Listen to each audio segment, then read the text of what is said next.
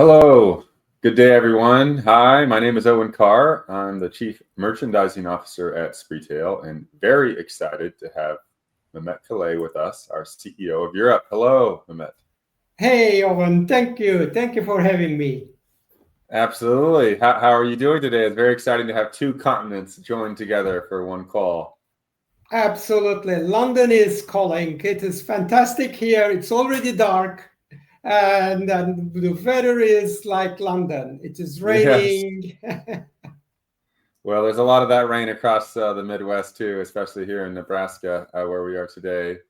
But very excited, very honored to have you with us today, and excited to talk about the tariff environment as well as the opportunity to win and build great businesses even in spite of tariffs and tariff changes. And so we'll take a little bit of a different structure today for CarrTalk.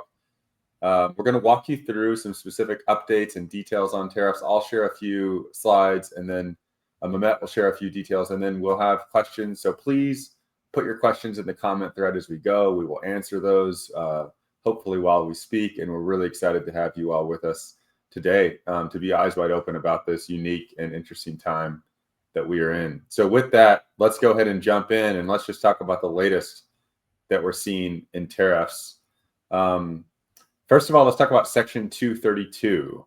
So some of you all may not have product that fits within timber or lumber. Others of you do. This also includes some upholstered wooden goods, kitchen and bath cabinetry. But there was an announcement by the administration essentially starting October 14th to add new duties regardless of country.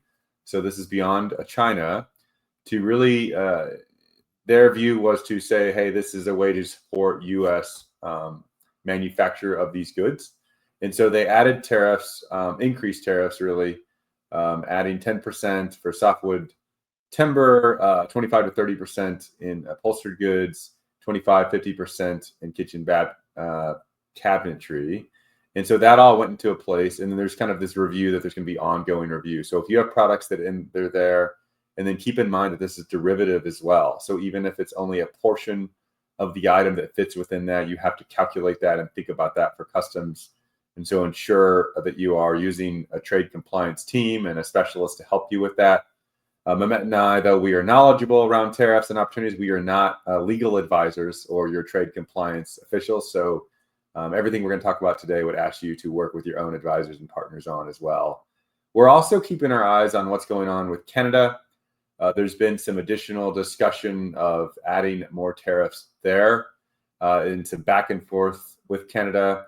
Additionally, Trump alleged that to add 100% tariffs on China goods around export controls and tech restrictions and otherwise. And the latest we're hearing on that, there's been no Federal Register update on that. We expect that to happen right now. The administration of U.S. and China are meeting together. In fact, their meeting is here in a couple of days on October 30th. So we are expecting updates to come out of those meetings. But right now, we're kind of sitting and waiting that there is possibility of changing tariffs, but no change just now. So that's all of what's just happened really in the last 30 days. But it's a lot, and a good reminder that there's going to be a lot that keeps changing in this space, probably for the foreseeable future. But how is Spreetail handling it? Let's talk about that. One, we work with many partners across the Atlantic in Europe, and we are just seeing huge growth for those partners where they are not dealing with the same tariff environment that the U.S. is, and there's a lot of opportunity. So Mehmet's going to go into a lot more detail, but we're really excited to see huge opportunity there. Two, we've added additional Incoterms in the U.S., and so many of us know that we can import with FOB, free on board, with DDP, delivered duty paid, also modified delivery duty paid, and first sale. These are all different times of Incoterms that impact how the product is brought into the US.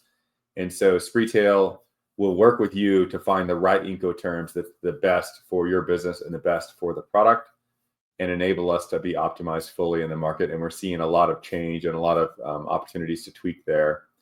Additionally, we've launched our Spreetail Purchasing Plan documents, our SPPDs as we call them, to really focus on how we can have a plan B and a plan C for if different things happen with tariffs down the road. Our goal is to keep product flowing, to keep in stocks at 99%, and to win sales and drive share and not to halt product. And so that's been a big focus. And then finally, we launched our elasticity tool, which we call Tide. It's our tariff demand elasticity estimator tool. And it enables us to forecast your demand, even adjusting for tariffs and other impacts in the market.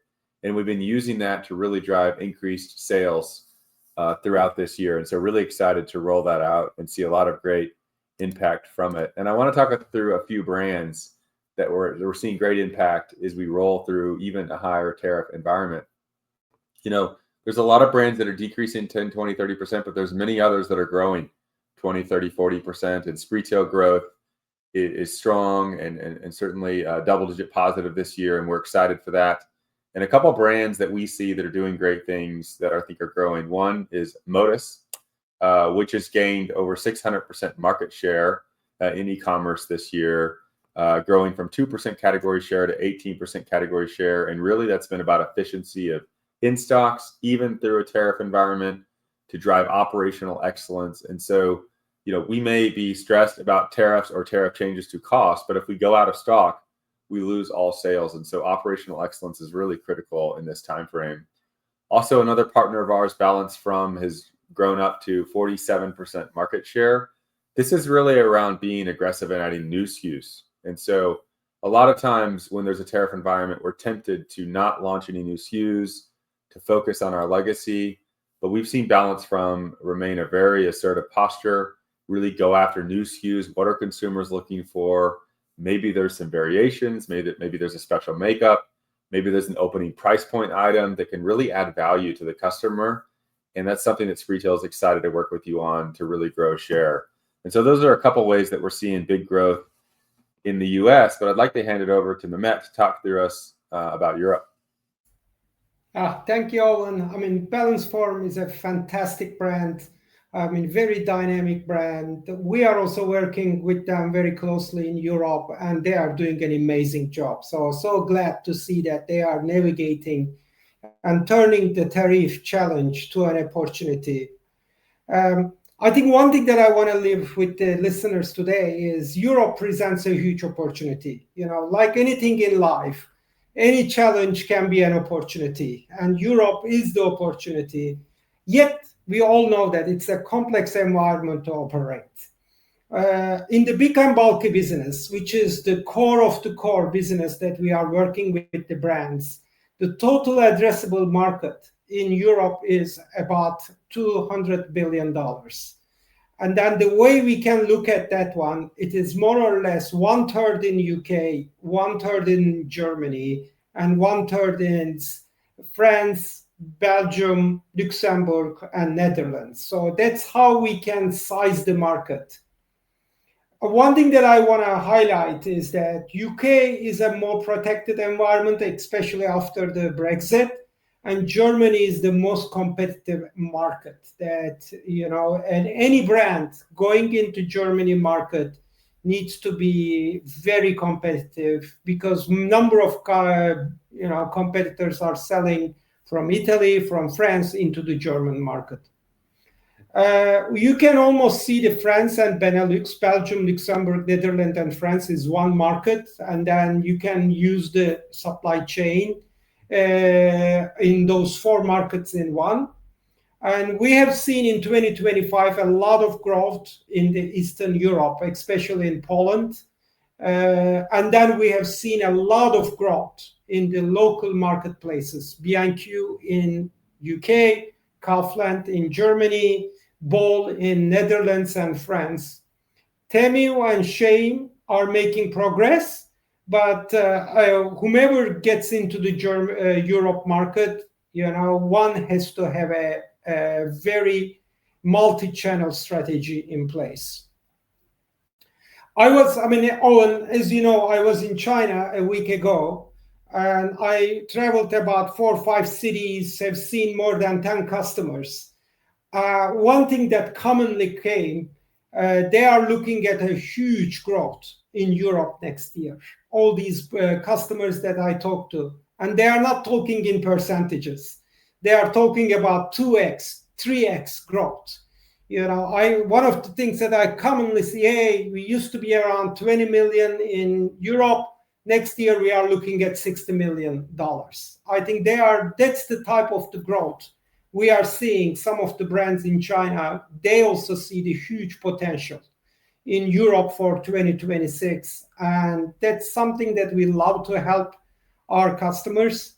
And the way we would like to help is we established a very strong presence. Our supply chain is there. We are able to be prime in France, UK, Germany, Austria, and more than 10 countries. That is the key differentiator, that when you enter into Europe, being prime is not easy, and keeping prime is not easy. And that's something that we are able to provide to more than 100 customers. Our on-time shipment is above 99.5%, and our on-time delivery is above all the Amazon requirements, 95% and above. And our reviews are amazing. So one thing that I want to encourage any brand who is trying to navigate through this tariff, entering into or growing into Europe market, please give us a call. We can help you with our already established network. And in that network, we are also providing more than 10 marketplaces, including Bol, Otto, Wayfair, Amazon, eBay, and all the names that you have here. We are able to get them plug into our network, plug into our connections and integrations. As you know, we are providing 2 sets of services. One of them is, if a brand says that I want to manage my pricing, I want to manage my listing, I want to manage my content, all I need is the fulfillment services, where then, please help me on managing my inventory, getting the products to the consumers through your outbound shipment. You can help me in my inbound logistics. That is what we call fulfillment services. We can go and work with the customers, work with whomever wants to come to Europe or grow in Europe. We provide the fulfillment services. Or if they come in and say, you know what, we want you to manage end-to-end. So please help us on pricing because we are new to the market. Or you can do better advertising, content, listing management. You managed our call center. You manage our customer experience. And we can even offer them to use our legal entity if they don't have a legal entity in Europe.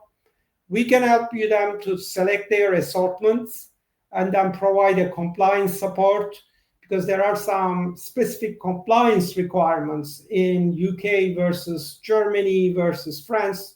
We can guide them through this based on our experience.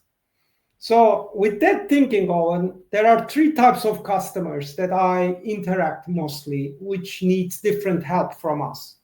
One, they haven't been to Europe, and they want to use this as an opportunity to enter into Europe. We call them as launch customers.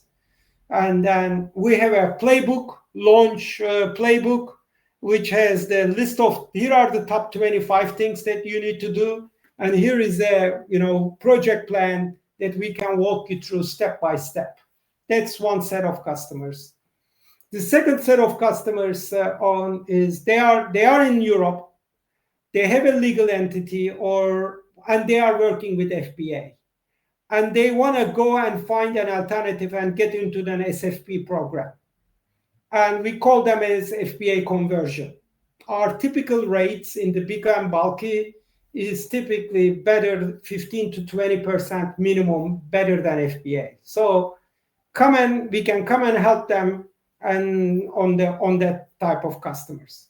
The third one is they established themselves, but they are working with another 3PL, and they weren't able to get to the prime. Even if they were able to get to the prime, they weren't able to keep the prime. And those are the customers. We have a third playbook, 3PL conversion. And our value proposition is by being prime, we are able to increase their GMV top line minimum 30%, reduce their advertising cost by minimum 25%, which essentially translate into somewhere around 50% bottom line improvement.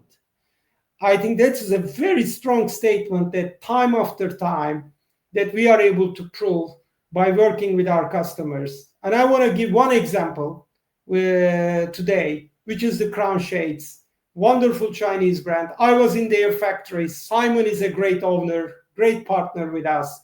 I was in his factory. Wonderful, wonderful. They are producing the next year's products. And this year, we are able to get them into the 7-digit sales in 1 year. We get them into the top 10 BSR, and then we are able to reduce their stockouts and improve their market share from 1% to 10% in less than 6 months. He and I were so happy yesterday to celebrate this success with a wonderful Chinese dinner and in Ningbo. And then we are looking forward to a 3x growth for next year with my dear friend Simon. So with that, one thing that I want to leave is with your audience here, let's grow together. We can get anyone connected to our system in 2 hours, get them live in 2 weeks' time, bringing their inventory, and then get them prime in less than a month with our network, with our expertise, with our end-to-end services. I hope it helps in navigating these times. Every challenge is an opportunity. Let's grow together in Europe is my key message that I like to give to your audience. Wonderful, Mehmet. That's awesome. And congratulations. That sounds like a fun time indeed with Simon and the Crown Shades team, as well as much congratulations. Thank you, sir. And it's really been, I can imagine, for our factory partners and the brands have the ability to diversify their business, to Europe, especially if they're not very strong there, is a huge opportunity. So that's exciting to see that they can go after that growth right now and use this kind of changing trade compliance environment in the U.S. to chase that. So absolutely. Yeah. Let's grow together. Let's help our brands to grow. Indeed. Well, that's a lot of what Mehmet and I wanted to share today with you all. Not seeing any comments in the thread there, but we wanted to get this message out right now. I think especially because whether it's today, tomorrow, or next week, there's going to be constant change.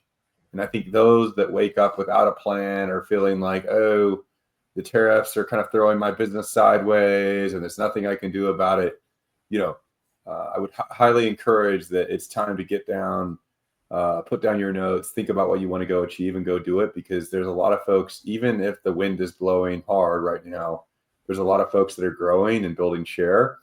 And they're doing it with some of these creative solutions, especially in Europe, thinking about how they can launch new SKUs, think about how they can be more competitive in this environment and outmaneuver the competition. And that's what we're all about. That's what we're all do. It's how we grow in e-commerce. So that's about all I had today. Mehmet, did you have anything else you wanted to add? No, thank you very much, Owen. Let's grow together. Let's grow together. We'll see you next time. Thank you, sir. Bye-bye. Thank you.